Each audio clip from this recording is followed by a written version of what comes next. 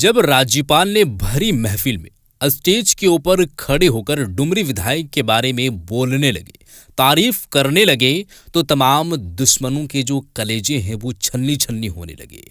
लोग चकाचौंध हो गए कि ये कैसे हो सकता है। जी हाँ दोस्तों, मैं बात कर रहा हूँ राज्यपाल जो गवर्नर ऑफ झारखंड के हैं, संतोष गंगवार।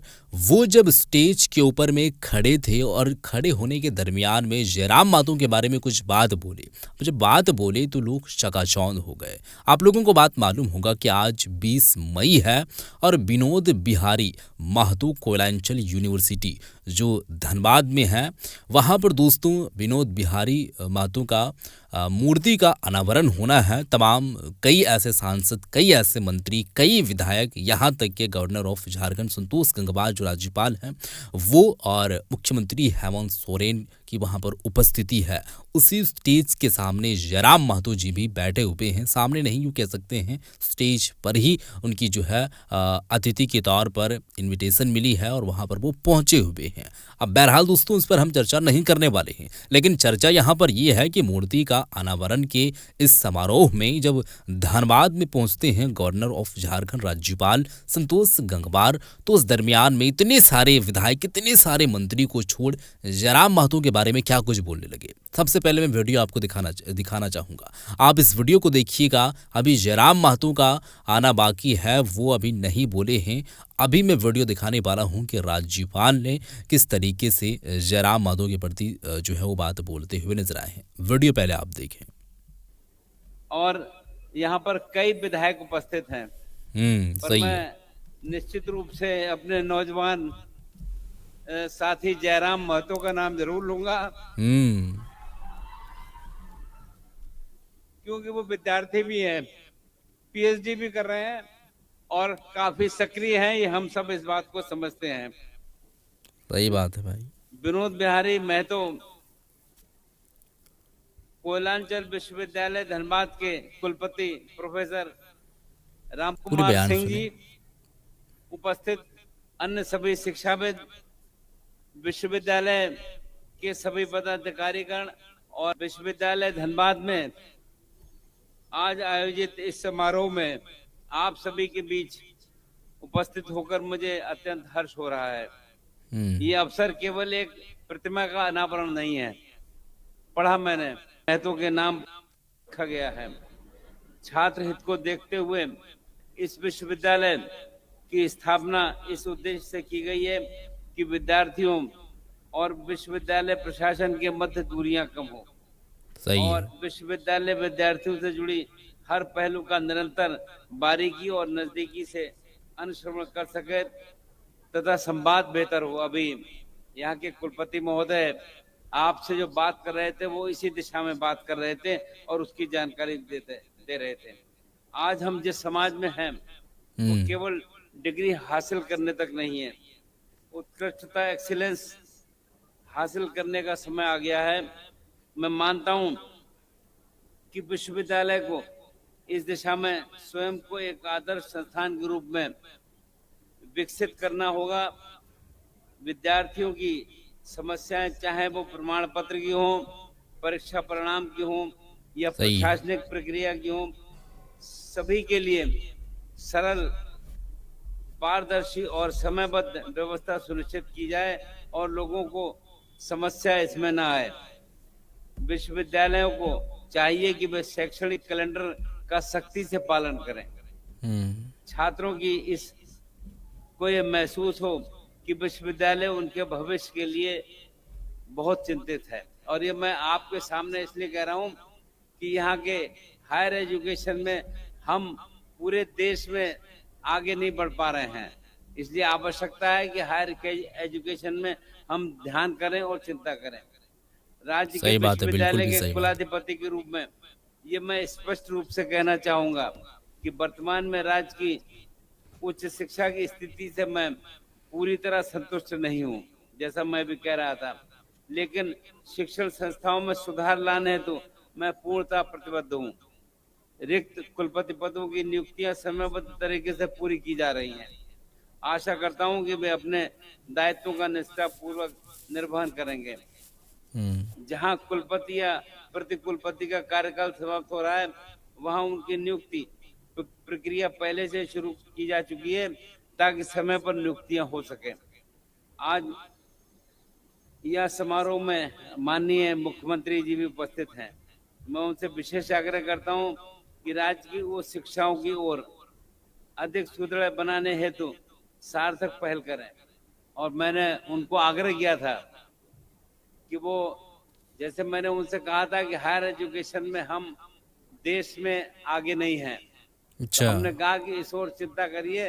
और हमने तो उनसे यहाँ भी कह दिया कि बहन जी जो विधायिका हो गई हैं, उनकी पत्नी, वो इस दिशा में विशेष चिंता करें कि के सही साथ बात। काम कर सकें और इसको हम अपने प्रदेश को आगे बढ़ाने का काम कर सकें। तो मैं निश्चित रूप से विश्वविद्यालय की नियुक्ति प्रक्रिया में गति लाने हेतु झारखंड लोक सेवा आयोग को आवश्यक निर्देश दिए जाएं, इस आग्रह के साथ राज्य के विश्वविद्यालयों में गुणवत्तापूर्ण शैक्षणिक वातावरण के लिए विश्वविद्यालय पदाधिकारियों एवं गैर शिक्षणेतर कर्मियों की नियुक्ति अत्यंत ही आवश्यक है और इस दिशा में हम सक्रियता के साथ काम भी कर रहे हैं। सही है। मैं ये भी समझता हूँ कि समस्याओं के लिए बहुत से लोग हमारे पास आते हैं, लेकिन समाधान की दिशा में समन्वित प्रयास कम दिखाई देता है। सही बात है। विद्यार्थियों का कार्य है पढ़ना, शिक्षक का कार्य है पढ़ाना और विश्वविद्यालय प्रशासन का कार्य है कि इन दोनों के बीच सेतु बनाकर सभी के लिए बेहतर वातावरण तैयार करना। बहुत अच्छी और बात है। ऐसा होने में दिक्कत नजर आती है। तो अब आप सभी अपने दायित्वों को समझकर टीम भावना से कार्य करें, तभी हम वास्तविक सुधार की दिशा में अग्रसर होकर काम कर सकते हैं। मैं प्रायः विभिन्न शिष्टमंडलों, शिक्षाविदों और छात्र प्रतिनिधियों से उच्च शिक्षा में सुधार हेतु सुझाव मांगता हूँ। झारखंड राज्य की भूमि वीरों की भूमि है। इस माटी में स्वतंत्रता सेनानियों ने तीर कमान से अत्याचारियों का डटकर मुकाबला किया। ये भूमि खनिज संपदा से समृद्ध है। इससे भी अधिक महत्वपूर्ण हमारे युवा संपदा है, इस्तेमाल सही से जिसके लिए सही दिशा, कुशलता और प्रेरणा देने का कार्य हमारे विश्वविद्यालयों को करना है। यदि हम अपनी युवा शक्ति को आत्मनिर्भर, दक्ष और नव निवेश बनाएं तो ये झारखंड भविष्य में ज्ञान और कौशल का गढ़ बनकर उभरेगा और अपने कार्यों से कीर्तिमान रचने का काम करेगा। एक विश्वविद्यालय की पहचान उसकी शोध, क्वालिटी, नवाचार और विद्यार्थियों की सफलता से होती है। सही बात हमें है। ऐसा शोध को बढ़ावा देना होगा जिसमें मौलिकता हो, सामाजिक सरोकार हो तथा वो देश की प्रगति में सहायक बने। आज का युग ज्ञान का युग है। ज्ञान का सबसे बड़ा केंद्र हमारे शिक्षण संस्थान है। हमें ऐसा वातावरण निर्मित करना होगा कि विद्यार्थियों को अन्य प्रदेशों में जाने की जरूरत महसूस न हो, बल्कि देश भर के विद्यार्थी यहाँ पढ़ने के लिए आए और ऐसा निश्चित रूप से हो सकता है। हम ऐसा महसूस करते हैं। विश्वविद्यालय में एक प्रभावी कैंपस प्लेसमेंट सेल हो, उद्योगों के साथ साझेदारी बढ़े, शिक्षक अपने आचरण से प्रेरक बने, गुरु शिष्य संबंध सशक्त हो और संस्थान का वातावरण स्वच्छ, निर्भीक और नवाचार उन्मुख हो। इन सभी पहलुओं की ओर विश्वविद्यालय को ध्यान देना आवश्यक है। हमारे माननीय प्रधानमंत्री श्री नरेंद्र मोदी जी का विकसित भारत 2047 का दृष्टिकोण सभी के लिए मार्गदर्शक है। इसके केंद्र में शिक्षा, नवाचार, आत्मनिर्भरता और युवा शक्ति है। मुझे विश्वास है कि हमारे राज्य के विश्वविद्यालय इस मिशन में अग्रणी भूमिका निभाएंगे। एक विश्वविद्यालय केवल डिग्री प्रदान करने का केंद्र नहीं होना चाहिए, वो सामाजिक बदलाव का वाहक बने, चरित्र निर्माण का केंद्र और सार्वजनिक चेतना का प्रकाश स्तंभ हो। विश्वविद्यालय की प्रतिष्ठा केवल उसकी इमारत नहीं, बल्कि उसके विद्यार्थियों की सोच, शिक्षकों की निष्ठा और शोध की क्वालिटी से बनती है। अंत में मैं विश्वविद्यालय परिवार को शुभकामनाएं देता हूं। आइए हम सभी मिलकर इस विश्वविद्यालय को देश के श्रेष्ठतम शैक्षणिक संस्थानों की पंक्ति में खड़ा करें और झारखंड को एक सशक्त एजुकेशन हब के रूप में विकसित करने का काम करें। आप सब यहाँ पर आए, आपका बहुत बहुत धन्यवाद। जय हिंद, जय झारखंड, जय जोहार। ये थे गवर्नर ऑफ झारखंड, राज्यपाल नाम है संतोष गंगवार। आप लोग बखूबी इस शख्स को अच्छी तरीके से जानते होंगे और जाने भी क्यों ना, क्योंकि ये एक सरकार का अंग है, यूँ कह सकते हैं। एक पोजीशन पर बैठे हुए हैं और वहाँ पर बैठे हुए हैं जो हर एक शख्स इनको अच्छी तरीके से जानते हैं।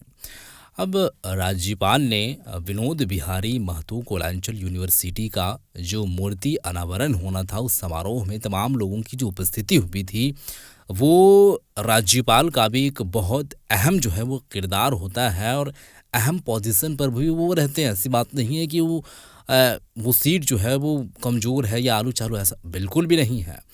वो जो है वो जयराम महतो का नाम लेते हुए नजर आए हैं, चूँकि अभी ये नए नवेले विधायक बने हैं, यंग हैं और ये इस विद्यालय का एक जो है वो कहा जाए तो स्टूडेंट भी है, अब विद्यार्थी भी हैं, पीएचडी भी कर रहे हैं यही कॉलेज से और फिर वो एमएलए भी बन चुके हैं, विधायक भी बन चुके हैं।